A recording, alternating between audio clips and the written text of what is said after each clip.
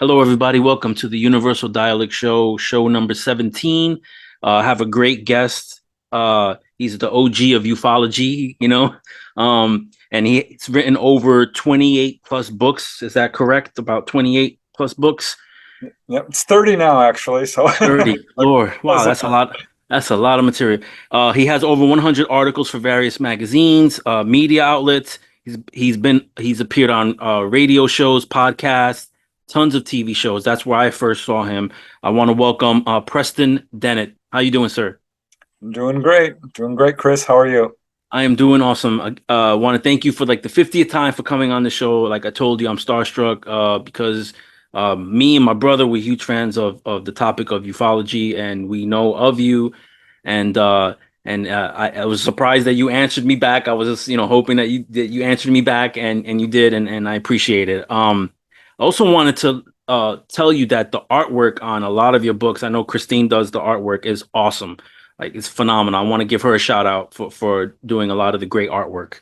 Oh yeah, thanks. I'll be sure to tell her. Yeah, it's amazing. I'm so lucky. She's married to my older brother. So Now, is she like an digital designer or she draws from scratch? Because I'm a graphic artist, so do you know if she yeah, does well, like she started old school before right, computers were around, even so. But right. yeah, she transitioned pretty well to doing digital art.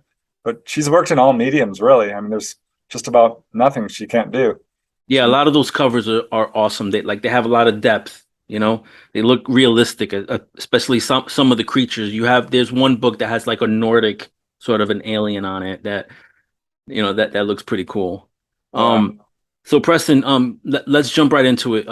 Let's get into the origin story of Preston Dennett, because you've been doing this for a very long time. So, how did you get started on this path? Involuntarily, kicking and screaming, honest to God, I did not like the subject at all. Was not interested. I thought people who saw UFOs or thought they saw ghosts or anything paranormal were out of their minds, lying, hoaxing, hallucinating, misperceiving. I just didn't believe it.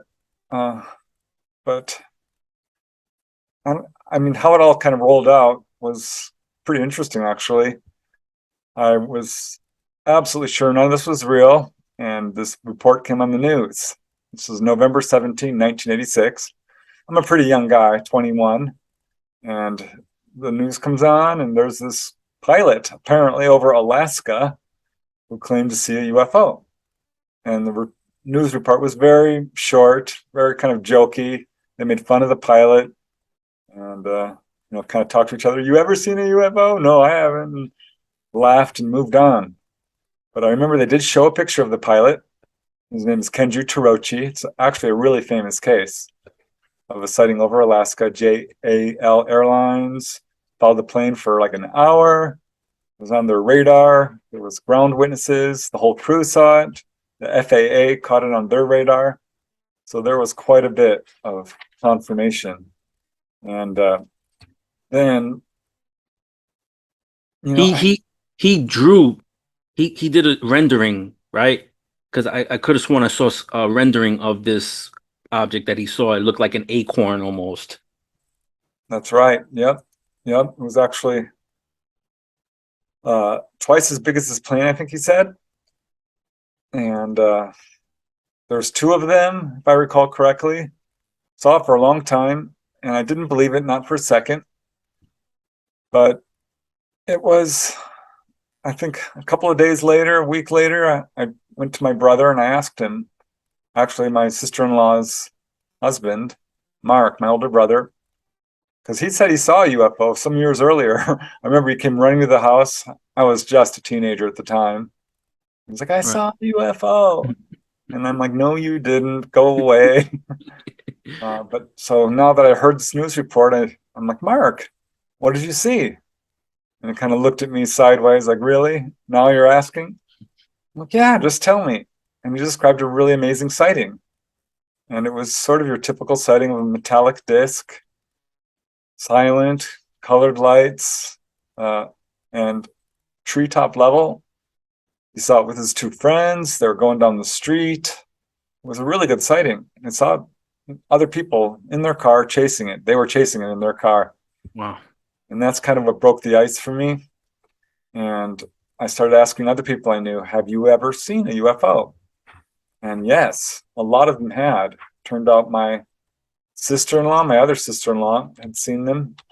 And gosh, Marco's wife, as well, the artist of many of my books, she had encounters as a young kid with blue beings. And I brought it up at work. A bunch of people I work with had actually had really major encounters. One had missing time. And I had a friend who had missing time, a couple of other friends who had sightings. So this is how it all started out for me. So where are you based out of? Like, where, like, are you on the West Coast? I was. I recently moved. Now I'm on the East Coast, but yeah, that was back in Southern California, right outside of LA. And your brother's sighting, was that a nighttime sighting or a daytime sighting? That was nighttime. Yep. Okay. All right. A lot of the sightings, now that you mention it, were pretty much, well, not all of them. Most of them were nighttime. The lady at work, Dorothy, hers was during the day. Well, no, let me think about that for a second. It was night. Yeah, it turns out, statistically speaking, nighttime is much more likely to see a UFO. I think probably because they're much more visible, being all lit up with lights like that. Daylight sightings are much more rare. I feel like there's more daytime lately than in the past, but I could be wrong. Listening to podcasts and other like media, I feel like there's been reportings, and I myself, I've seen a lot of daytime sightings myself. But you have a guest as well. Did you want to Yeah, introduce your guest? yeah, I'm trying to, I think I sent her the wrong link, so I'm trying to get her the right link. I don't know if she's in the back room or not, but uh, Yeah, I didn't see anything pop up on my end. yeah, here I'm sending her the link again because I don't think I sent her the right link. It's okay, no worries, no worries. So you weren't a believer before this, and was your brother's story, was that the first time you heard someone talk about UFOs? Oh, Well, no, not the first time. I would say I did hear it on TV a few times, and on like that show In Search Of. I don't know if you remember that show. that's where I first saw the Patterson Gimlin film. Yeah, that's where I first heard about UFOs, but I didn't believe it, not for a second. Right, I remember they interviewed a family who said they'd seen UFOs, and I'm thinking, oh, no, no, no way. right. Here, I think I've got her the correct link now. So even Leonard Nimoy couldn't convince you, huh? No, no, I did not um, So believe. I just didn't believe it. I thought the stars were too far away, and I had all my misconceptions. People who see UFOs are alone. Turned out none of the people who were in my family, my friends, my coworkers were alone. They had witnesses with them. right. One lady, Sylvia Walters, she's a flight instructor, a pilot, a good witness. So it was a real shock to have all of this, coming at me. And Right. thought, you know what? I'm going to prove them wrong. I'm going to go out to the library. I'll go to the bookstore. I'm going to find some books on UFOs because I'm sure this is swamp gas. Even though, after I talked to Mark, my older brother, it was pretty clear it wasn't. Right. And but I just couldn't wrap my head around it. I'm like, this can't be happening. Earth is Okay. not being invaded by aliens. There's no way. Uh, but it became pretty clear right off the bat that not only was this true, but there was a UFO cover up. There was all kinds of stuff going on. I see Dolly right there. I don't know if Oh, she's muted. yeah. I'm glad I think I sent her the wrong link. I mean, I see her now. I don't know if she's muted or not. I don't know. I think she's trying to get set up.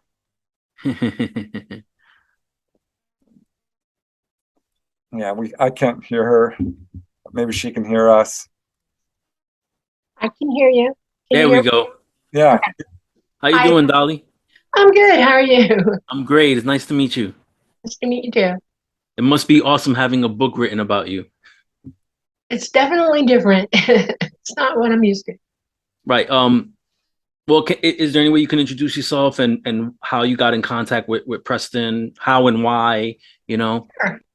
I'm a generational contactee. I've been involved with ET almost all my entire life.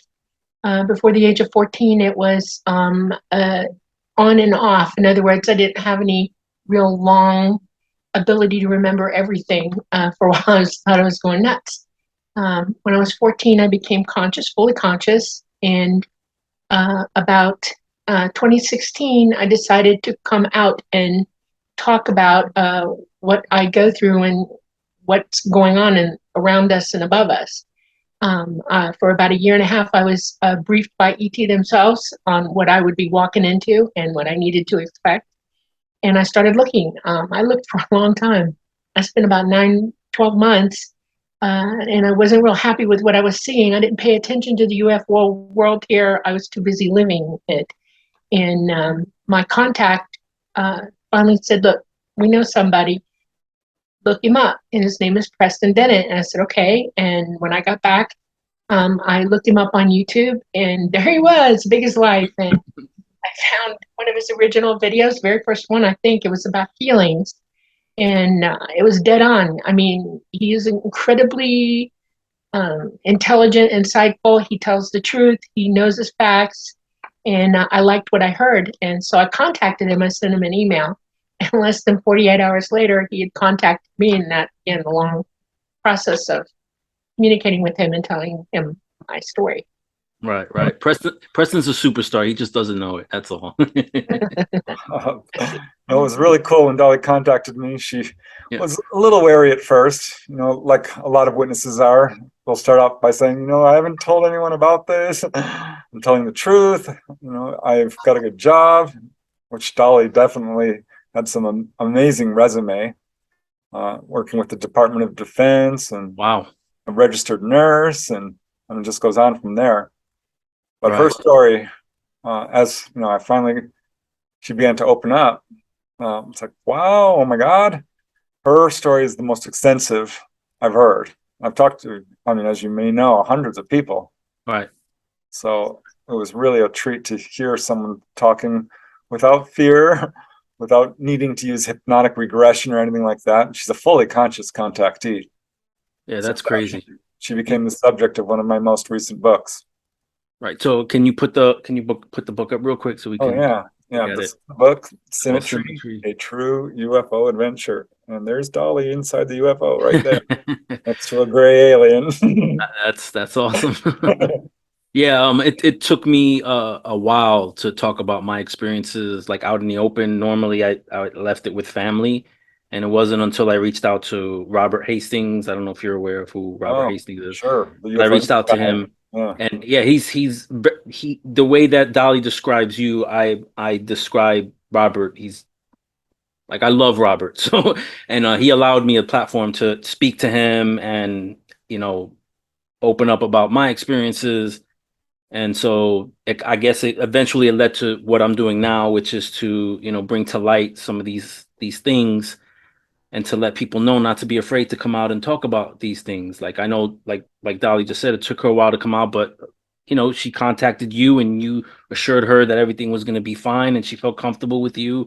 And look, now she has a book out there and she's able to kind of almost exercise these demons. Am I correct? It's kind of similar to just getting stuff off your chest, Dolly.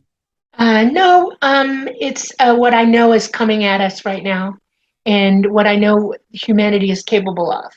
I was raised by ET, literally raised by them, as well as being raised here. I spent a lot of time and I kind of led two lives. I was my life with them and my life here. And it's not right that humanity doesn't know the truth. It's not right that you all aren't exercising and using your full autonomy in life. In other words, your abilities, you have innate psychic abilities you're not fully utilizing. Just lots of things are going on, and it's imperative, actually, in my mind, that y'all know. And when I decided to do this, it was probably around 2014, and it was right after my father passed away. And I decided that this is it. Yeah. And I can't stand it anymore. I don't hear anybody saying anything even close to what's really going on. I mean, there are lots of people who are having experiences, and I started paying attention to what people were saying. But on top of experiencers, contactees, there are people who are bending the truth, who are outright lying, who are not giving you a clear message of what it really is. And I had enough, and I just said, I got to talk. I can't take it anymore.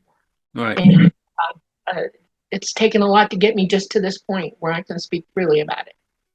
So you're saying that there's people out there that, because I know I've heard other people talk about their experiences and Yes. the so-called messages that they're being told, and Mhm. you're saying that a lot of those messages are false, or they're Correct. just not. Well, Okay. the governments of the world are also spreading misinformation too. There are Correct. huge misinformation experts out there, and it's crazy what I hear. Crazy. Right. There's no galactic federation. Right. We do not have armies on Mars. That's impossible. It can't happen. I can give you 50 reasons why without it. I mean, if you'd like, I'll spell it out for you. It's a dead planet. It has a dead core. It has no magnetosphere. It has no soil. It's outgassing. It is a dead planet. Nothing can live there. Second thing is that if there were people on Mars, you'd see a signature for it. Humans are dirty, and they leave all kinds of a signature of themselves everywhere. And a simple astronomer with a telescope would have seen it. Somebody with a handmade spectrometer would have seen it. Okay, we would have seen it launch. This does not exist. It's not true. And yet thousands of people believe this. This is insane to me. And it's to misdirect your thinking. It's all smoke and mirrors because of what's happening, where our world is going right now. And we're in an unsustainable situation. We have a catastrophe headed for us that we're not prepared for. I mean, there's just all kinds of things that are happening all at the same time. And it's now or never. Y'all got to know, period. Yeah, the UFO cover-up has been so effective for years. Most people did not even believe in UFOs. Thought that, and I was one of them. I bought into that narrative. And when I found out they were real, I bought into the narrative that this was a threat. But pretty early on in my research, I realized they're not here to hurt us.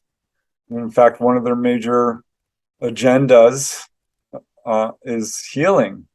It's teaching people. It's announcing their presence. They are absolutely not a threat to humanity in any way. In fact, without them, we wouldn't be as far along as we are today in many ways.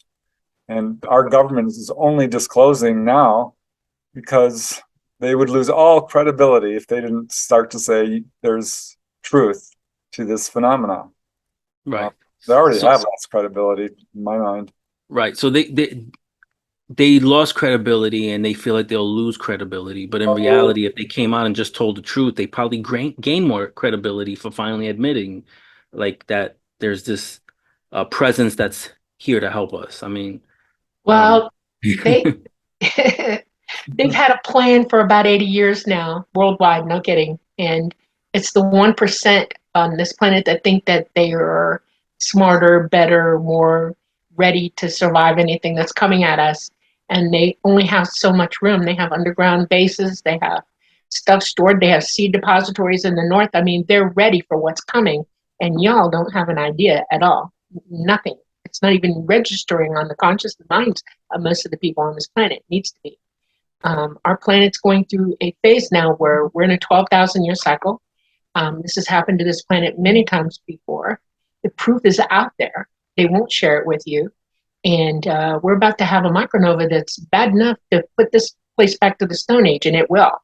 And then following that, when our poles are done excursioning, our wobble is so bad, we're getting ready to fall over again. That happens every 6,000 years. They call it the water or Noah event. We're on top of that as well. And our sun's going to micronova. These are a lot of really serious issues, and ET needs y'all to wake up and hear what's being said. They need you to start using your pineal gland and practice being psychic.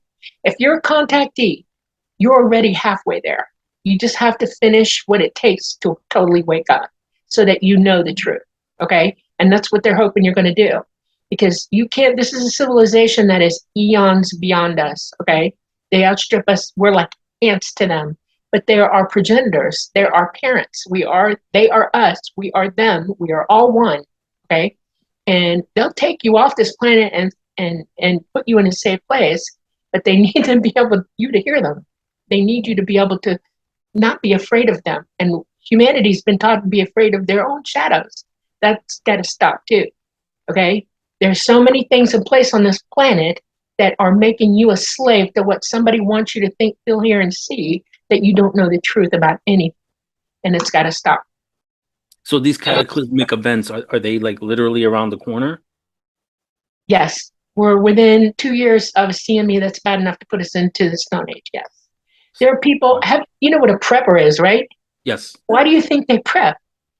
The lie that they tell you is that they're anti-government. No, they're not. They know that bad's coming. They know what's coming. They're intelligent, educated, scientific people who know. They already figured this out. The government's known for 80 years that this is coming. If you're military, you know it's coming because you've been in the service to know that they're ready, okay? But they won't let you talk about it. There are NDAs that are just off the charts. Right. UFOs have been around forever. Every iteration of this planet, every civilization that's ever lived on this planet has seen and know ET personally. This one has not. You've been forced not to. You've been told you're crazy if you think of them as being somebody that's here that's like us. We are all humanoid. We are all genetic, DNA holding, intelligent life. And we're related, literally related to one another. And they don't want you to know that either. So, I'm not sure why.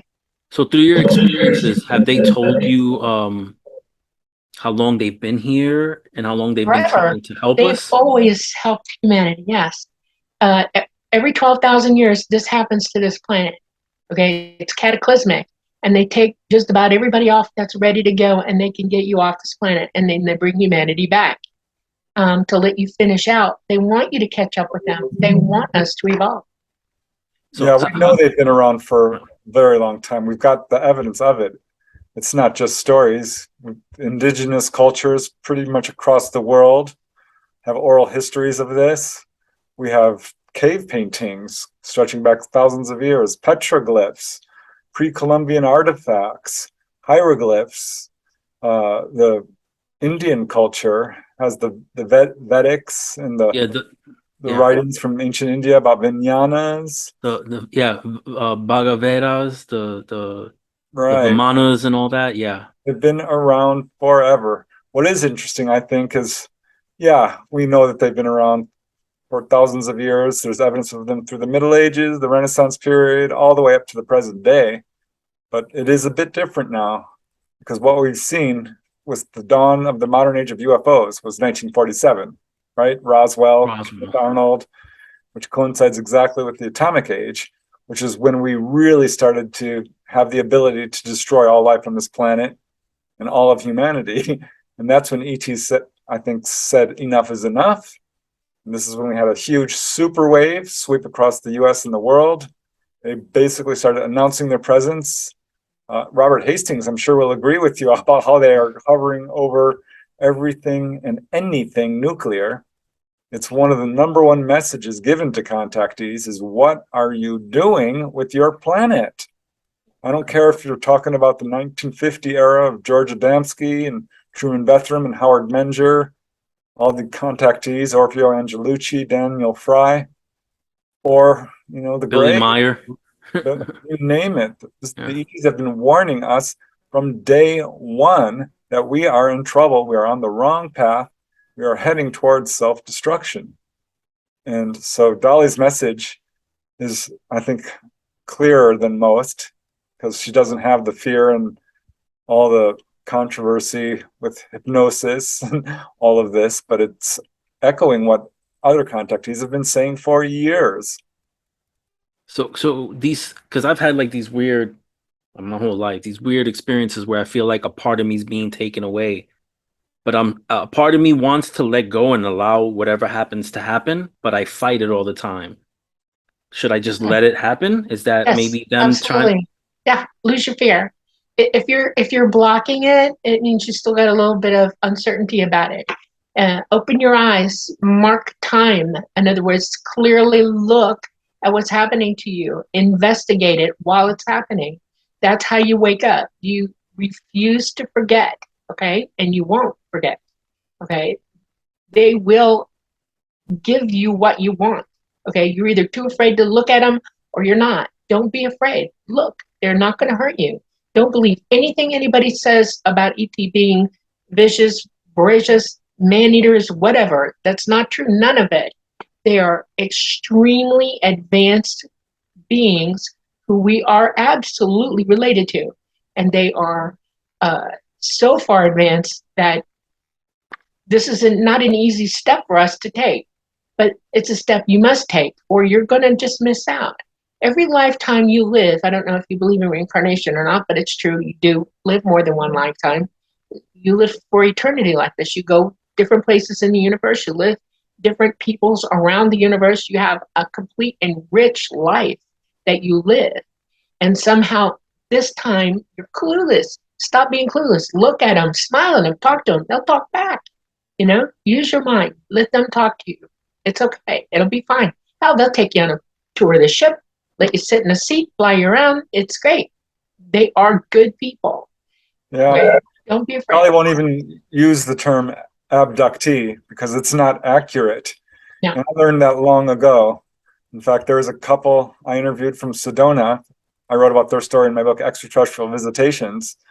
They were driving along and saw a UFO. They ended up having missing time. She started having dreams, so they went under hypnotic regression. And they said, we were not abducted. We were invited on board. It was a wonderful experience. They met largely human-looking beings, so they were bald and did have large dark eyes and pale skin, but looked very much human, perhaps hybrids. And they were healed. The husband was healed of carpal tunnel syndrome and a bad knee. And she asked them, like, why are you helping us? Why don't you just come down, take over, and help everyone? And they said, well, we can't. We would love to do that, but it's up to you to solve your own problems. But we are helping those who help others. And this is a pattern I did notice. Who is having contact, particularly who is being healed? It's nurses, like Dolly, doctors. This couple, they were healers using natural healings, and he was a social worker. They love social workers, like Betty and Barney Hill. Inventors, musicians, environmentalists, animal rights activists. These are the people that we're contacting and trying to spread the message, because these are the people who are actually having a good effect on the world. And that is one of their agendas. This is what they're trying to do. And if you look at what happens when someone's taken on board, yes, it can be very scary to be physically examined. Dolly talks about this in the book. People often have a very strong fear reaction. And I always ask people, what actually happened to you? I'm like, well, I wasn't able to move. They undressed me and they were examining me.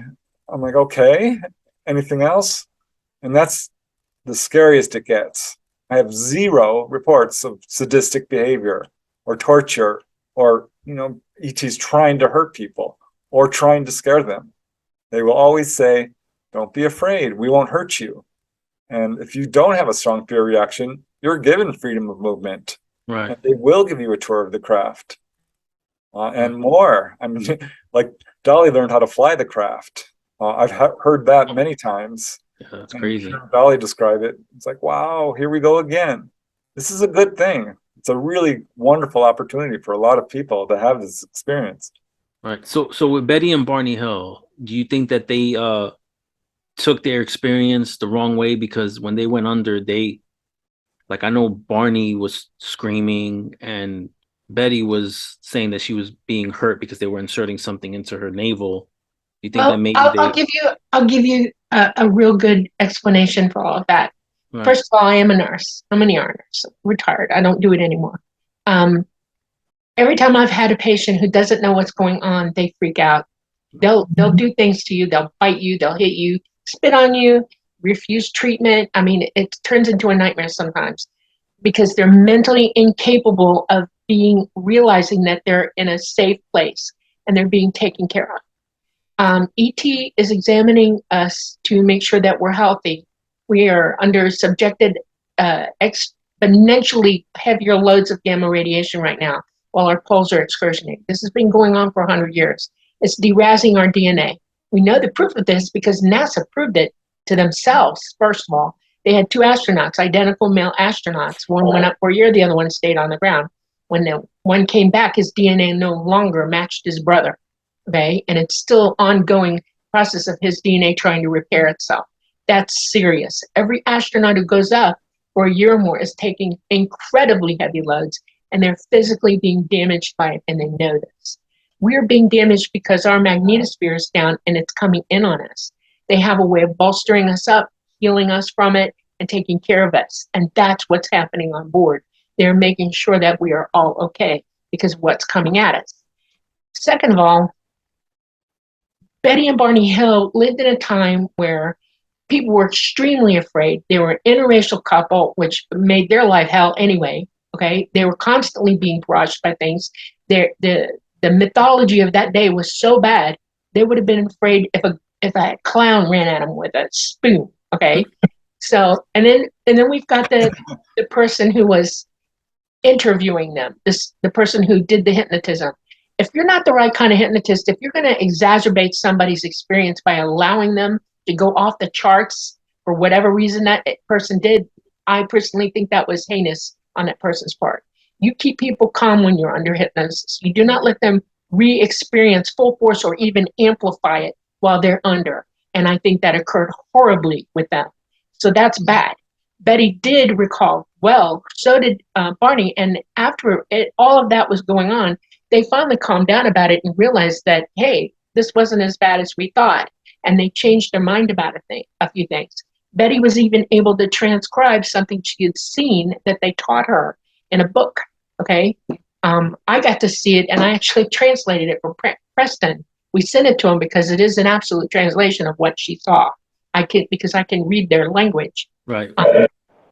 Yeah, Betty Hill, when they stuck that needle in her navel, she says, "Oh, you're hurting me." They immediately stopped the pain and actually apologized. Right. And she did not have a strong fear reaction. For her, it was overall a very positive experience. He did, and they ended up, suppressing most of his memory for his benefit. But ultimately, it was a very positive experience for both of them. And she would later have future contacts, which is not well known, but her niece does talk about this. Kathleen Martin, is it her name? Yes, I believe Yeah. so. Yeah. Yep. So it was, and she recalled most of it through dreams. Her dreams were actually more accurate, largely, than her hypnotic regression. Right. More detailed, certainly. That was the case that really, I think, brought public awareness to it.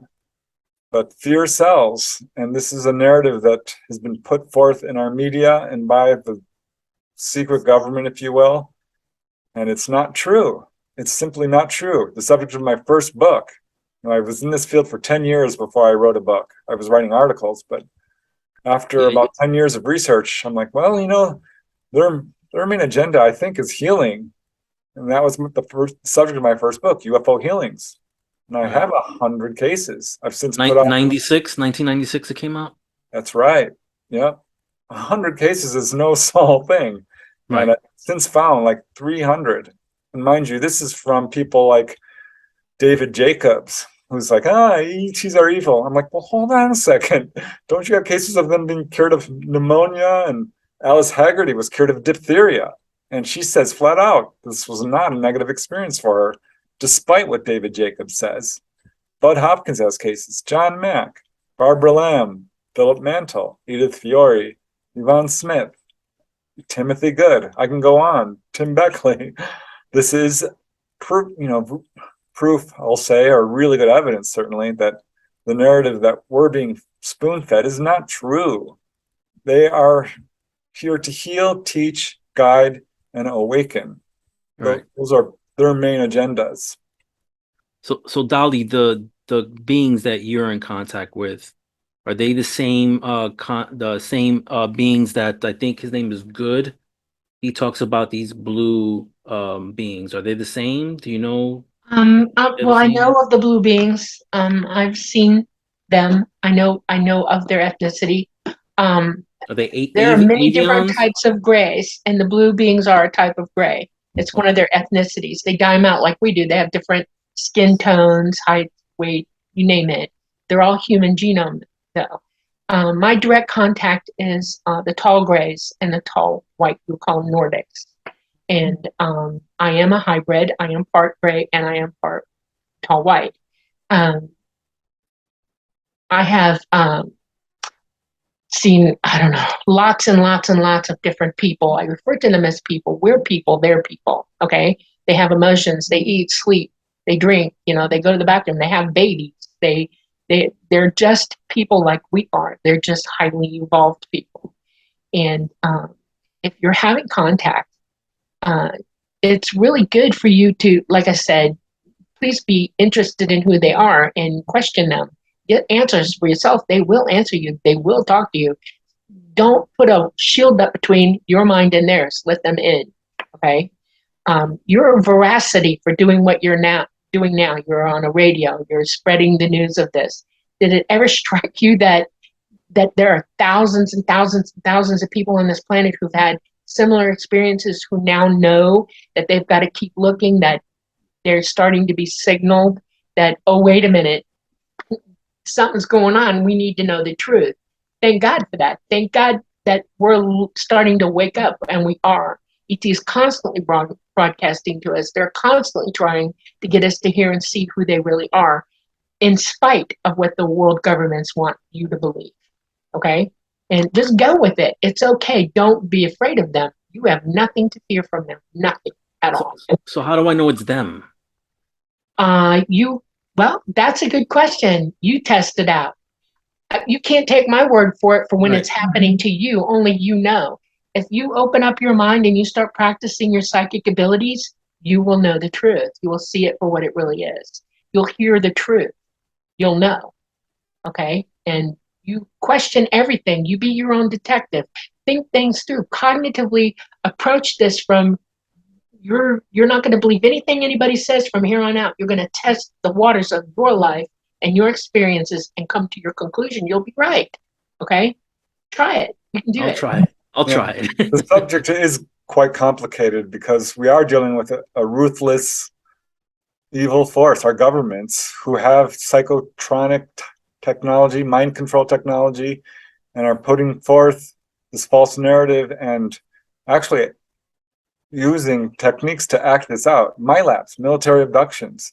So there are people who are suffering and having negative experiences, and it's not ET. And they believe it is because our governments are very clever in doing this. Right. I think the majority of cases are ET. But when someone has a strong fear reaction and you're in terror and you're like, oh my God, I don't like this, it's very hard for you to perceive. It's very hard for you to understand what's going on. And people often come to a snap judgment. I see this all the time. And if someone is a contactee and they continue to have experiences, at some point, the vast majority of them, certainly the ones I've interviewed, and I think my research is borne out by people like John Mack and Barbara Lamb and Dolores Cannon and Edith Fiore and others, they come around and realize, you know what, they're not trying to hurt me. That is not their agenda at all. And I always ask people, would you wish this never happened? Do you think they're evil? The vast majority say, no, I don't think they're evil. I didn't understand it at first, and it was quite traumatic, but I would not trade this for anything in the world.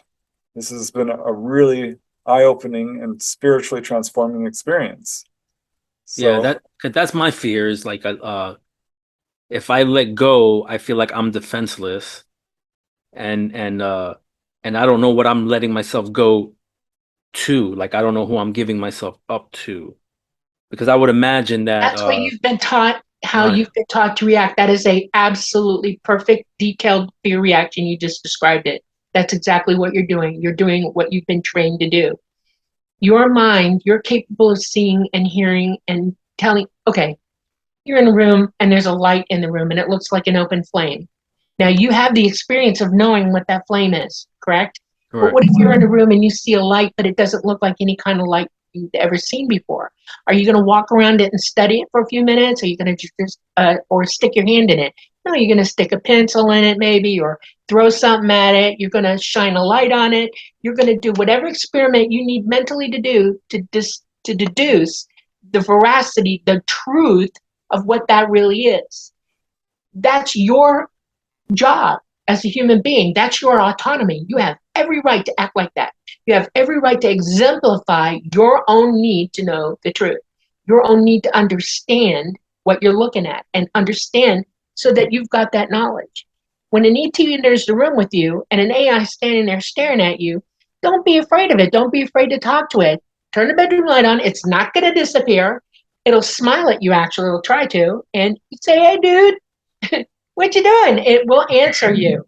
It will hold its hand out to you. It will say, oh, thank God, he's not going to beat the shit out of me. This is how they are. But if you act like, oh my God, under the covers, oh, bite my ring, what are you accomplishing when you do that? All you've got is another big mystery that you can't solve. How can you live like that?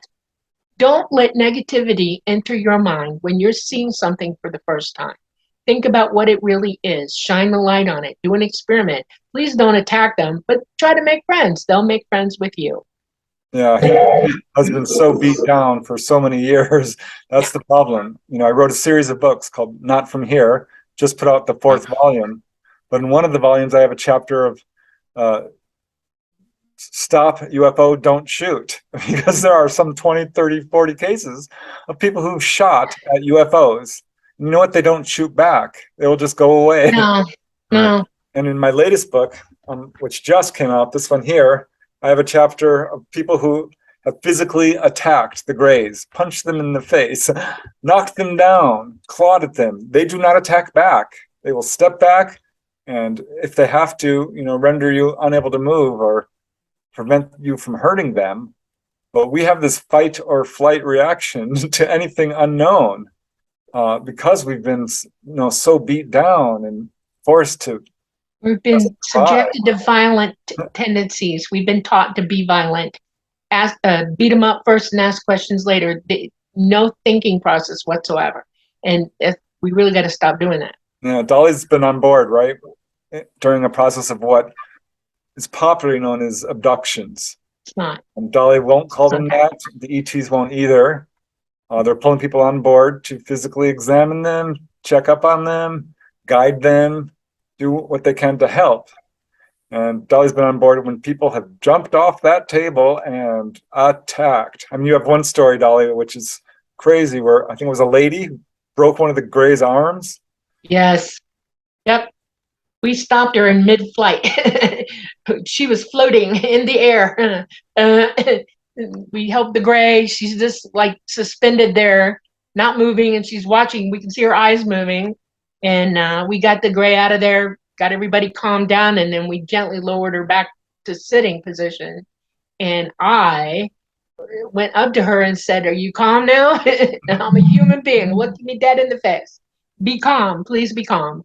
She wasn't. She was in full fight mode, and that's when we alleviated her of the memory, and she was not going to remember anything, none of it. I don't want people to remember being angry. I don't want them to remember being violent. I don't want them to remember doing violence, that kind of thing, and neither does ET. They will stop you from remembering at that point. And more people than you know will try to fight them. I mean, I've even been, one guy didn't like anything that was happening to him. He was sitting there, he wouldn't talk to me, he wouldn't calm down, and he pinched the dog out of me in my arm. I mean, bad. And we're like, okay, fine. We let him go. You know, we didn't examine him or nothing, and just put him down and on the ground, and you know, just dropped him off. It's insane how people react. And I mean, anybody, even a small child, children of our day and age now know how to be violent before they're 5. So everybody's not having a good day sometimes, and ET will not fight you back. They'll stop you, but they won't hurt you, and they'll give you relief if you need it. They won't play with you anymore. They'll give you, but they'd rather you be curious, want to know what's going on, and show you anything you want to see. They'll teach you anything you want to know. Yeah, Travis talks about his experience, and he got violent, and they ran away, and then he wound up finding, going into another room and encountering a different being that looked more human-like. But I mean, even he says, even he retracts and feels bad about how he reacted toward them when he's been doing interviews recently. But let me ask you a question, Dolly. Is there any way to maybe do some sort of pre-arrangement so that this encounter doesn't happen while I'm sleeping. Uh, or maybe get it to a point where they can announce themselves before the situation They happens, actually so I'll be do. ready. That's why they want you to wake up. They're actually talking to you long before you see them. Your psychic ability is null, and you're not awake enough to hear them make the call. This is very disconcerting to them because it's like they're sneaking up on you, and no, they're not. They're talking to you the whole way through. We make contact with you mentally long before we pick you up. You're told it's coming. A lot of people who are awakening and are used to the experience will go, hey, and they're sitting out waiting for us. I mean, some people will even go outside and wait. Okay.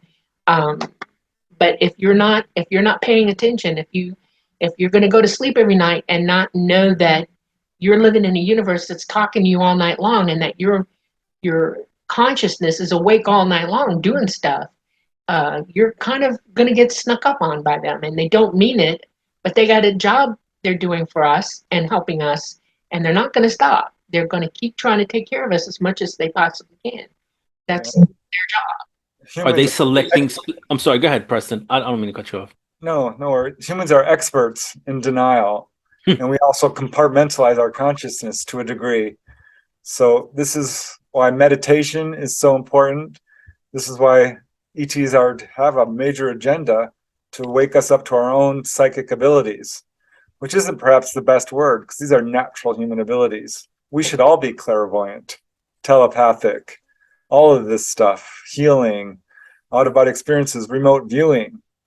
This is all stuff we should normally be able to do.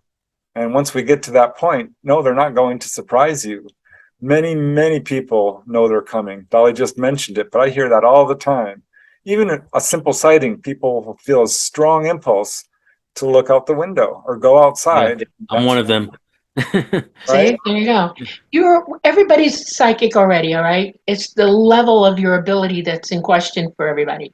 You have moments of insight, you have moments of clairvoyance, you have moments of telekinesis. Human beings can do almost anything, but it's fleeting, it's not consistent. Okay? What you ought to do is practice that. There's a tool for that, by the way. There's an app for that. In the Google Play Store, you go and you look up ESP Trainer. It was developed by Russell Targ. If you're into UFOs and ETs and the CIA and psychic abilities, you know who he is. He was an agent who was smart or better than Einstein.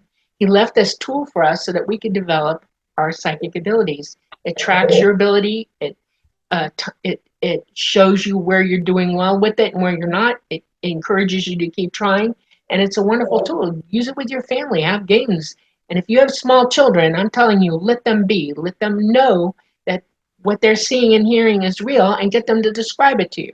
Let them be psychic. Don't tell them no, that's wrong. Ghosts are not real. Blah blah.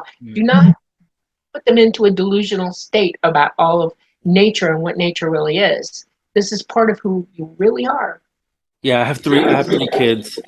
But my youngest is 17, but they've told me they've seen like a shadow individual in their room, whereas where I feel attacked, they feel like they're being watched per se, or like this being finds them interesting in some way, so they don't feel threatened by it, whereas I Right? do. But for some weird reason, my wife doesn't have any experiences. It's just me and my kids. It's just weird how she's she doesn't have any experiences In like my that. own life, my mother refused my entire life to deal with it at all. I don't think she was afraid of it as much as she just didn't. Something was missing with her that she just didn't want to deal with it at all. And so I had a father who knew what was going on. Our household I was constantly having things going on, constantly. My brother had a brain infection when he was very small, and it totally cut him off from his abilities. He totally lost his psychic abilities. It just annihilated him. And so he was, prove it to me, prove it to me, prove it to me. And had to work hard with him, okay? But yeah, and I knew he was a contactee. They kept tabs on him. They helped him a lot, but he was just mentally cut off from it. So there are people in that state. It's going to take ET to repair or help you or You also have to remember that you're here for a reason. We're here to learn. We're here to wear wisdom. We're supposed to assimilate everything we learn and move on. Okay, that's the reason we're here. In Source, where we're all really sitting, we can have any knowledge we want. We have all of it, but you can't employ that knowledge without physically learning it for yourself. There are just so many lessons that you physically, emotionally have to learn.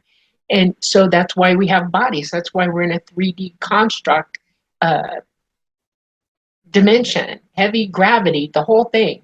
We learn. Whatever you learn, you wear it like knowledge. You become wise.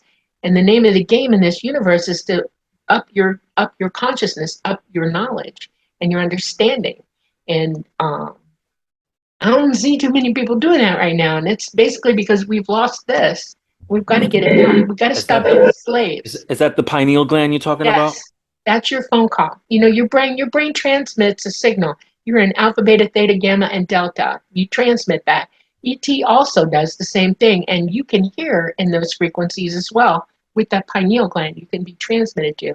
That's all psychic ability is. Your physical brain, like a computer, can pick up signals psychically. It's a sense. The reason why I'm laughing is because I was interviewed, about my experiences on a show before, and I had mentioned that I had this weird, I thought it was a dream, but I had this weird thing where I was getting signals. It sounded like snow when the TV back in the days when the TV channels used to Static.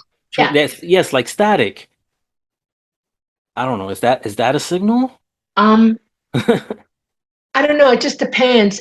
You have to be careful now, okay? Because we live in an age where we have people who back engineered ET technology, okay? And AIs are artificial intelligence. They're somewhat biological, and they're capable of reading your mind. They have that technology in them, and they have now developed this. They have computers all over the place now who can read your mind. They can actually project a picture of what you're thinking. That's how seriously technically they back done this.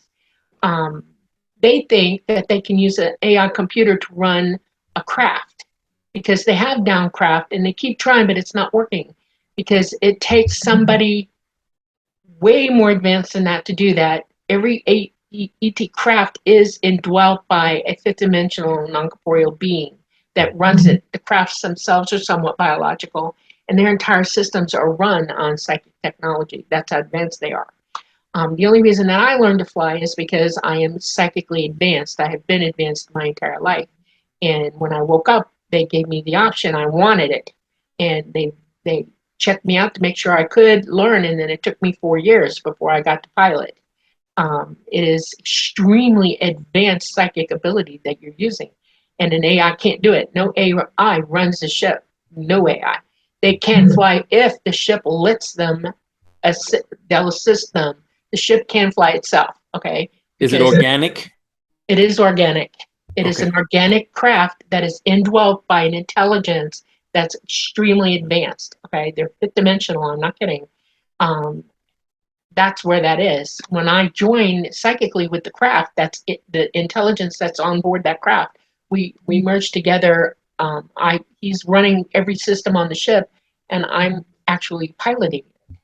But it's a cooperative effort. I have to be able to cyclically link up with that guy or lady. It just depends on who's doing it. But every single craft in the ET fleet, all the way across the universe, that's how they're run. Yeah, I just want to stop for a second and just underline something we were talking about just a second ago in terms of like how you're having contact, Chris, and your wife not so much. And I think Dolly can talk about this because I've certainly heard this from other contactees. There's a guy in England who says, Preston, I'm pretty sure everyone is having contact on some level. And I absolutely agree with that because having talked to a lot of people, there are different degrees of contact, different ways contact takes place. Sometimes it's solely telepathic. Some people will just have a simple one profound sighting, and that's all they need to do their mission in life because we're all coming down for certain reasons. And what I found with a lot of contactees, particularly those who are having extensive contact, is their spouse doesn't have so much. They are there to help keep them a little bit grounded. That is their mission. Whitley Strieber talks about that with his wife, Anne. Right. Yes.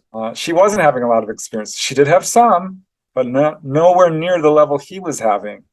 And I see that quite a bit. And I see that people having different levels of contact in different ways. Like me, myself, I haven't had, full on memories of onboard experiences. Well, I'm starting to, actually, I should say.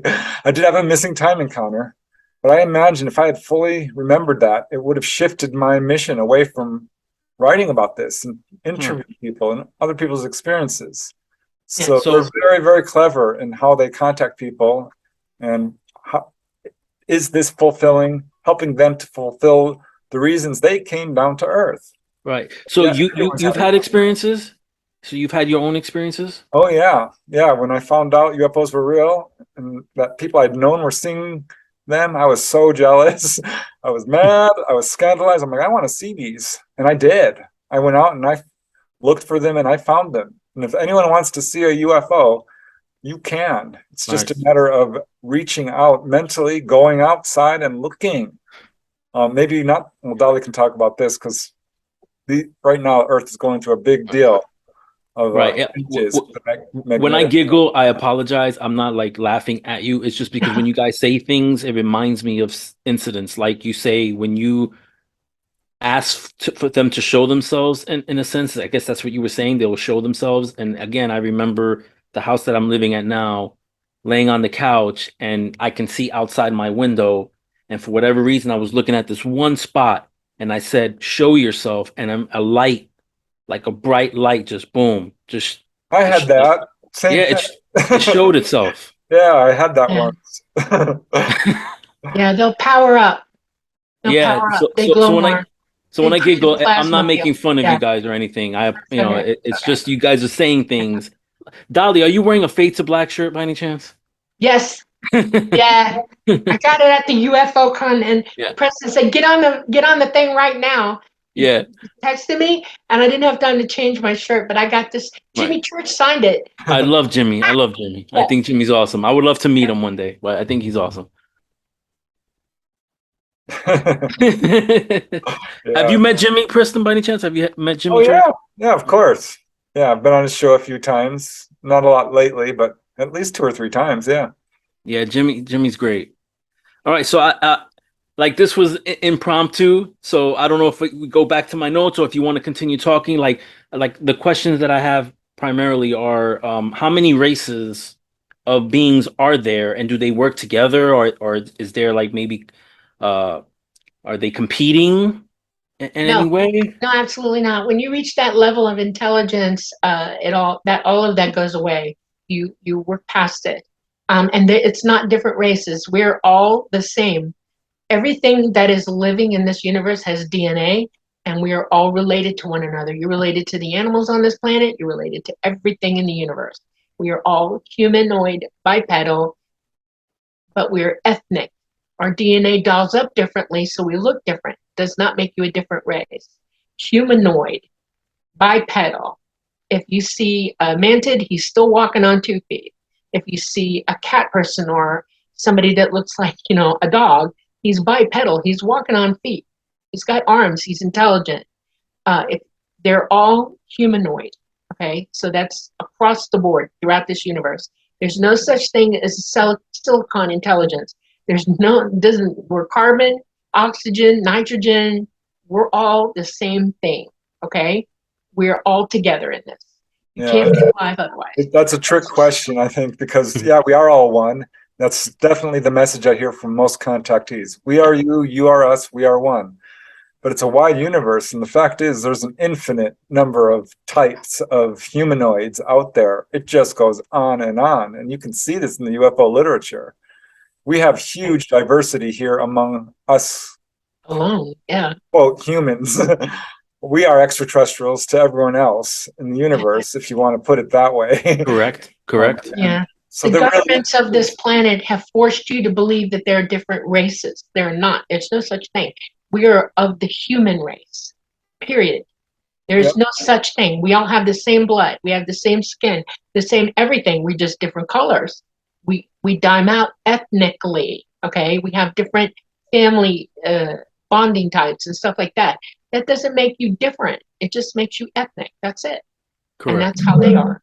And for both of you, what are your thoughts on like cryptids, like Bigfoot or Dogman? Like, do they factor into this as well, or are they separate, something separate? There are ETs who are big dogs. They look like dogs. They have the mostly human form, but they've got clawed hands and clawed feet.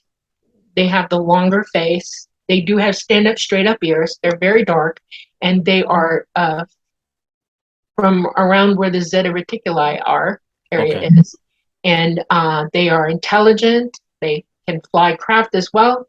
They have a purpose and they have a job to do.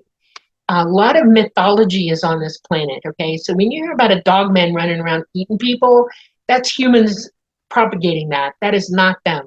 Okay, they may have seen one and they evolved it in their brain to tell the story because they wanted attention about it and they didn't think anybody believed them. So now we got people running around scaring each other to death over something that is not true. Okay.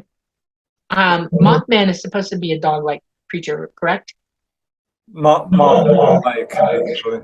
Yeah, I looked into the whole cryptid thing, and Yeah. there are dogmen, but they're not attacking or killing or eating people. Bigfoot can be hostile to a certain extent, but only to scare you off. And there are many cases of Bigfoot being very friendly. Right. And people are like, "Oh, I'd love to see an ET." All you have to do is look around you, and you can see all different types of entities. Look at dogs. Look at dolphins. Look at, yeah, Bigfoot is real. It's just our own lack of understanding to label them as, cryptozoological, Right. which really only means hidden. They're there. They've been there for as long as we have. Accounts stretch way, way back, hundreds upon hundreds of years of Right. Bigfoot. I've had my own Bigfoot encounter because the lady I knew was having encounters, and she called me out to her house. We ended up having an encounter. Can you get into that? Do you mind? Oh, sure. Yeah, it was really cool. She's like, "Oh my God, I think I'm having Bigfoot encounters." I'm like, "What do you mean?" She says, "Well, one showed up at my house and was banging on the door, and she looked out her window, and there it was. And it walked around the house, looked in her son's window. He saw it, looked in the window of her roommate. He saw it too. I interviewed all three of them. It stood up in their tree and cracked a branch off. It did all kinds of stuff. And it was causing all kinds of, attention in the neighborhood. And she was having repeated encounters. So I finally went over there and she showed me what looked like footprints. They weren't super conclusive, but I looked at the tree where it broke, the branch, and she says, "I think I know where this thing lives." I'm like, "You're kidding." She lived in Acton. This is in the high desert. Where's this at? It's in Southern California, right outside Okay. of LA, really. Wow. LA has the LA National Forest, which if you look at it is vast. It's huge. And as I looked into it, I realized, oh my gosh, this has a long Bigfoot history. And this is one of the encounters, well, there was one before that really got me interested in researching Bigfoot, which I resisted because I was afraid it might be real. And of course it was. The evidence for it is absolutely overwhelming. If you don't think Bigfoot's real, I'm just going to say you haven't done your homework. Look Right. into it. The evidence is there. So she says, all we have to do is go, drive down this dirt road into the forest. So she lived off the 14 freeway, not too far, a couple of miles. We went down this dirt road, which led about a few miles into the forest. And it was wilderness out there. Very steep hills, thick with brush, so thick you couldn't really climb them even if you wanted. I mean, this was thick wilderness. And it was dusk, and we were going to bring our cameras and our sound equipment, and we're going to try and have a Bigfoot encounter because she felt like it was following her. She felt like she was in telepathic contact with Bigfoot. And if you research Bigfoot, yes, that comes up. Telepathy. I've had a number of people I've interviewed who've had this. And so we get out of the car and she's pulling out the sound equipment, right? And I walk to the front of the car and I'm surveying the area. And suddenly this thing roars really loud. Wow. It was my right, sort of, I guess that would be to the east, and to this gully and up this ravine, exactly where she pointed. She says, "I think it lives around here somewhere." And it was so loud. I mean, I don't know if you've heard a lion roar or anything. I have Right. too. And it kind of rumbles in your chest. Yeah, infrasound. Yeah, it was like that, but it swept over you. I'm like, oh my God, what? And then it roared again. And by this point, Wendy, I'll call her, is completely like, freaking out. She's screaming, "Get in that car! We're leaving!" Yeah. And she lost her mind when I started running towards this thing because I wanted to see Oh, it. right. And yeah, maybe foolhardy, I know, but I wanted to see it. And when it roared the second time, for 10 seconds, which is a That's a long long time. roar. Yeah, that's a long time. Yeah, I mean, it went, "Rah!" And man, I couldn't see where it was coming from, but I could pinpoint the exact area. It was too dark. It was like dusk at this point, or closer to night. And I wanted to stay, but she was so freaking out that I'm like, fine, let's go. It was an audible encounter, I guess you would say. Right. But yeah, I was telling Dolly about that. She's like, "Oh my gosh, I think I may have heard one too," because you lived up in the wilderness too at some point. Yeah, I lived in in Pine Mountain, Georgia, right at the foot of the Appalachians. The trail started practically in our backyard, and it's a huge 25,000 acre preserve up there. FDR used to go there all the time. And we had a bad tornado, and I don't think it liked it. And it got cold right after the tornado. We went into the wintertime, and I used to have a, fire at night, on the weekends, and we'd sit out and warm our toes and stuff. And one night I had this incredible feeling I need to leave the fire going. And I left apples out and stuff like that. And I went in the house, and all of a sudden I just knew that whatever it was sitting out there enjoying the fire and eating my apples. And a couple of days later, I was out on the backyard, and I was going to go up on the ridge line to see how much really bad area we had from that tornado. And all of a sudden, I heard off in the distance, "Ah!" Like he was pissed off, angry, and it was running down the back ridge line. I couldn't see it because it was on the other side of the ridge, but it was loud. And I thought, oh my God, that's got to be a Bigfoot. And then we were at the UFO MegaCon, and the guys who researched this, I can't remember their names right now, but they're big in the field. He was talking about a secret area that they were working on. And I said, it would be Pine Mountain, would it? And he looked at me and he said, why do you say that? Because I lived up there. I told him where I lived. He freaked out. He said, yeah, there's a Bigfoot up there. And What I was it, Duke? heard it. Was it Duke Sullivan? Yeah, that's it. That's him. Yeah. Yeah. I was amazed. And Yeah, Duke Sullivan. they have a lot of information coming out about that, I guess. So yeah, I mean, I didn't know that there was a connection between this quote unquote extraterrestrial and the cryptids. Initially, it's not until these last few years that I'm finding out that, like you said, there's no difference. They're all the same, essentially. Yeah, I wrote about that in one of the chapters of my Not From Here series, the UFO Bigfoot connection. Because let's face it, most people who see Bigfoot aren't going to see a UFO with it, or vice versa. If you see a UFO, probably Bigfoot's not going to come out of it. But there's some 50 cases where it's these two phenomena, I'll call them phenomena, they're not, they're just natural, but they intersect perfectly. And there is absolutely a connection. And I'm not sure exactly what it is other than that these Bigfoot, Sasquatch, they go by many names depending on the area, are intelligent and are psychically evolved and can telepathically communicate with ET. And ultimately, I think consciousness is the connection. A lot of stuff really relates to the awakening of consciousness and the raising of your abilities. And these guys are spiritually advanced.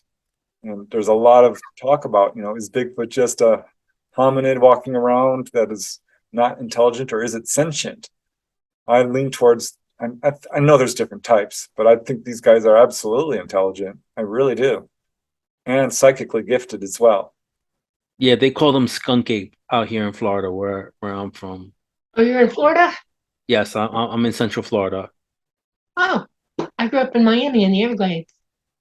There's sightings out there all the time in the I also Everglades. our family owned a zoo in Dade City, Florida, and I lived there on the zoo for many, many years. And I used to CE5 in Dade City.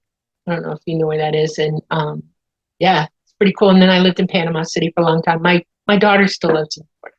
So. Panama City's a hotspot for UFOs. Did you Yes, see it anything is. while you were there? Yes, I lived in Panama City for a few years, and Talata was very busy with me there. Yep. Did you see Talata's the name of the being? My contact, yes. And is it a female or male? A lot of he's more male. He's a male, Okay. and he's the entity that indwells my craft that I fly. Okay. So This is he is an like, interesting point because a lot of people have told me like, oh, I think these craft are actually aware or alive. It was such a treat to hear Dolly really go into depth in that when I was interviewing her for the book. She says, listen, they're all alive. All of them are embodied by, Talata, you describe him as a fifth dimensional entity. Yes, non-corporeal. He has no body anymore. He's gone evolved beyond having to have a corporeal body. so they transcend to a different form eventually after a while? Is that what Um, happens? they just lose the need to have a body anymore. They don't need to be in this particular dimension anymore, and they stay out of it. So yeah, So they're on a different, essentially a different plane, I guess. they're Is in a that different dimension. It's not a dimension? plane. We're all Okay. interdimensional beings. All of us. You're in the third dimension. That makes you a third dimensional being. Okay, we're corporeal. We're in a gravity-heavy, dense construct here. When you leave this body, you can decide whether you're evolved enough to go up in the dimensions and live different types of lives and keep going up until you reach the 12th. And then after that, you got another big decision to make about who you are, where you're going, and what you're doing. There's all kinds of different types of learning in our universe. And the different dimensions offer the next highest level to go to. So, yeah. Yeah, this is an important point because a lot of people talk about, ETs being time travelers or interdimensional beings or an intelligence that wears different masks and all kinds of crazy theories that are not supported by the actual evidence. It's my assessment. I think the evidence is overwhelming that we are dealing with people, extraterrestrials, people like us. People say, well, are they interdimensional? Well, yes. Who isn't? All entities are interdimensional. We will survive this physical body and move on to another dimension. And this is not useful to describe these beings as interdimensional because all beings are interdimensional. Right. They certainly mastered it. I think they understand it a lot more than we do. Yeah. But they're not us from the future. I've really looked into that. No, they're not demonic. They're not an intelligence that wears a different mask and is masquerading as ETs and is really something else. Jacques Vallée, John Keel, Lauren Coleman, a lot of prominent people in the field are putting forth a theory that is, I don't understand it. I don't understand the resistance to the idea that we are not alone. Because if this is an interdimensional intelligence that is surrounding us, bent on affecting our belief system, where does that leave us? Are we the only beings in this universe? That makes zero sense. And it's all bets off because let's face it, we have these craft. The Roswell crash did happen. And it's not just Roswell. There was the Kecksburg crash. There was the Paradise Valley crash, the Aztec crash. I could go on. The Cape Girardeau, Battle of LA. Supposedly one was brought down in that. We have the absolute conclusive evidence, proof. These are craft. These are beings. These are people like us. That is what we're dealing with. People. And so like when you have like sightings, like the Belgian like flap, Hudson Valley, are those the beings that Dolly's talking about, or is that like is that governmental and they're just tricking us? Is that something that's government? Yeah, both. We have to be careful. Right. I think the Hudson Valley flap was probably ET. The Gulf Breeze flap, the Topanga Canyon wave, the Belgian flap. But some of what people are seeing is not ET. No. So how do you tell? I guess there's no way for Well, anybody I'll to give you a tell. real big hint. Right now, because our magnetosphere is down so bad and we're imminently about to have problems, ET is bugged out. They are not here. They're physically not here anymore right now. They cannot be. It's too dangerous for them to fly here. They keep crashing. That's a problem. It puts them at terrible risk and terrible danger to be in space with an electromagnetic current sheet coming through it, slice them in half. No, they're not here. What's on this planet right now is back engineered technology, and they're using it to fool you. They're using it to scare you. They're going to throw up a false flag and start culling the herd, okay? Because what's about to happen means this many people on the planet, it's unsustainable already. We're going to be in their way when they try to hide or go be safe from what happens. And that means bad things for us unless we wake up and we prepare ourselves to take care of ourselves. Yeah, we have to take a real good long look at how our governments have treated us for hundreds of years.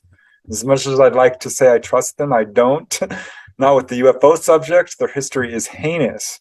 But if you look at them in any area, they have not been treating people well.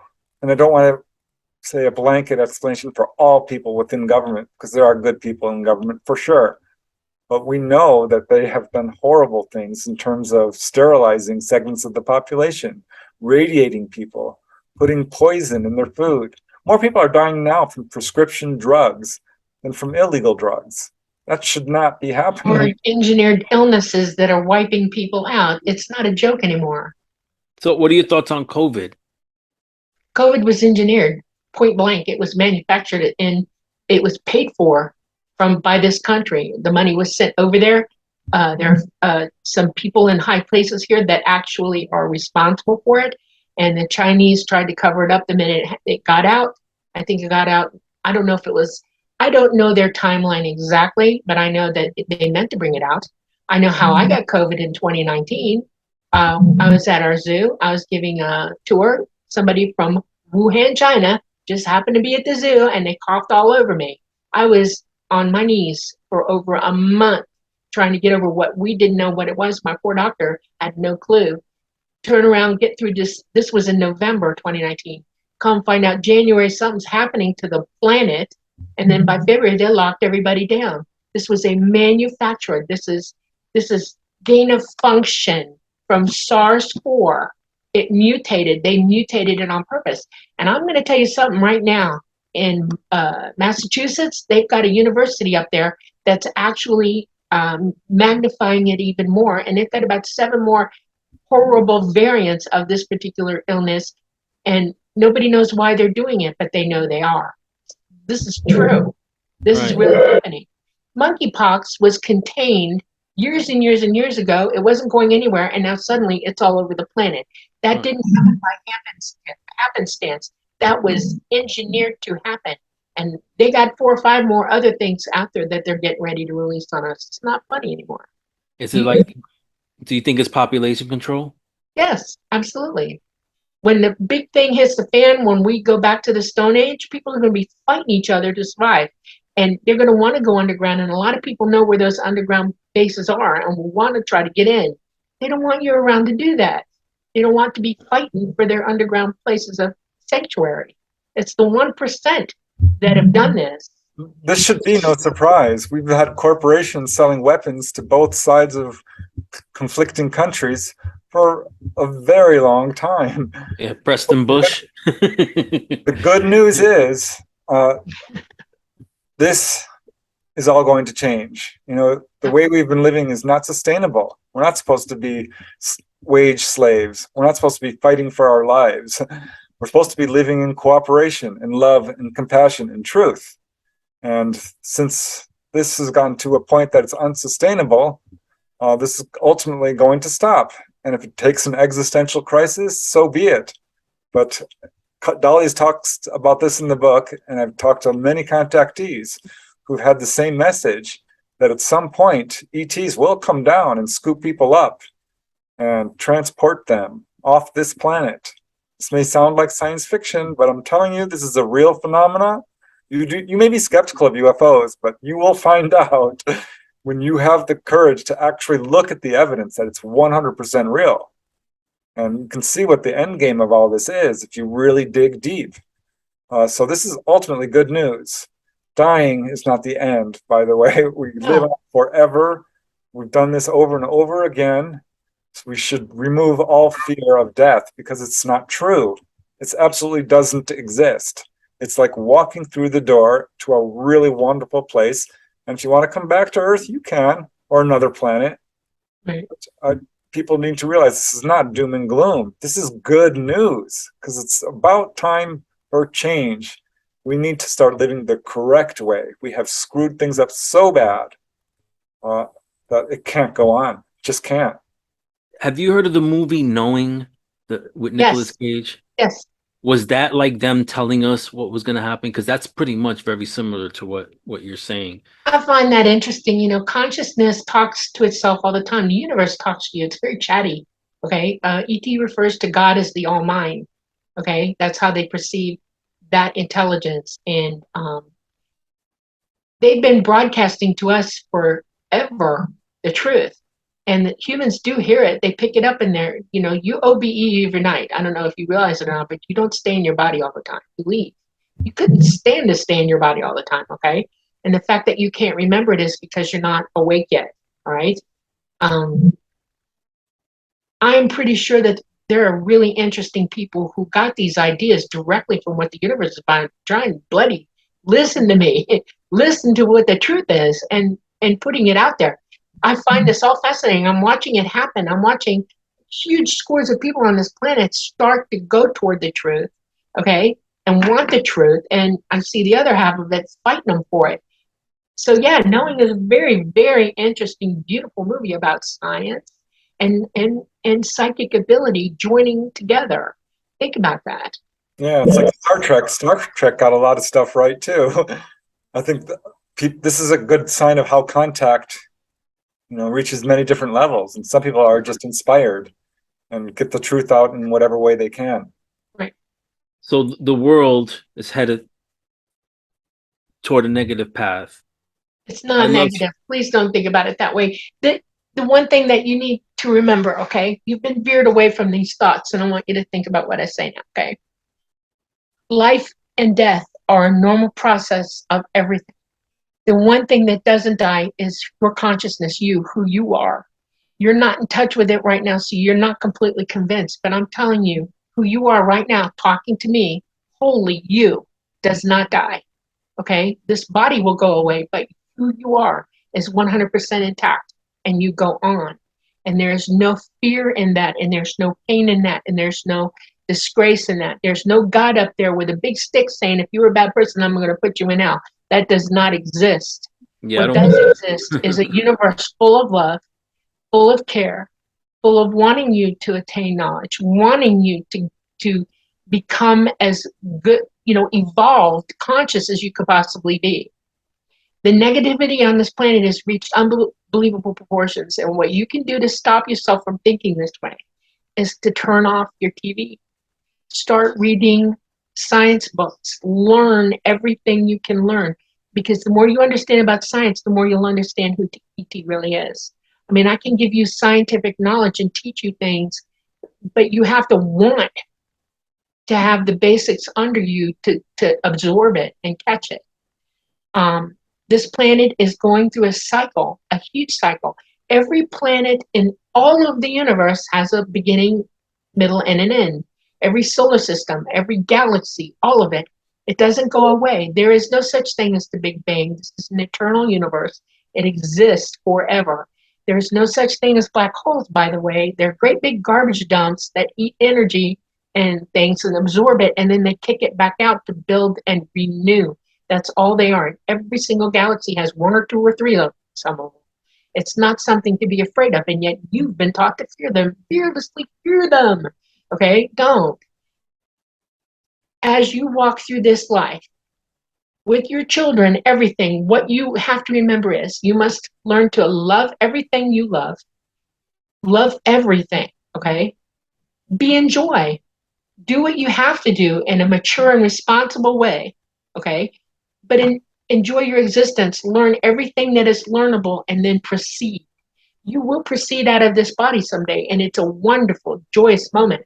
Whether you make it off this planet and go with ET, or whether you leave this planet another way, you're going to leave. Everybody does, okay?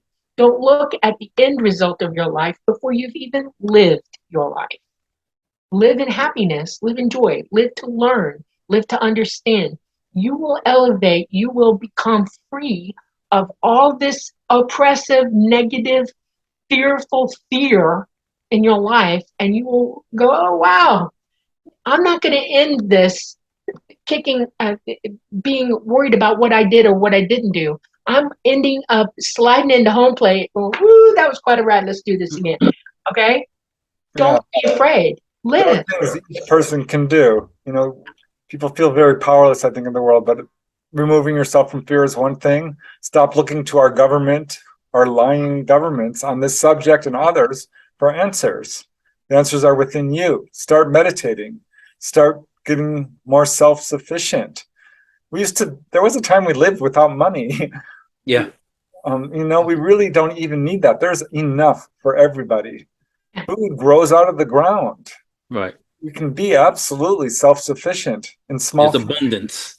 Yeah. Yes. That's what we really need to start moving towards. And just do your best to survive, because the time is coming when it's going to be a lot easier. And I can't wait. I think this is going to be awesome. I love science fiction. That's what sort of prepared me for UFOs. And the idea of, going with the ETs is thrilling to me. I mean, that's awesome. I couldn't ask for a greater gift.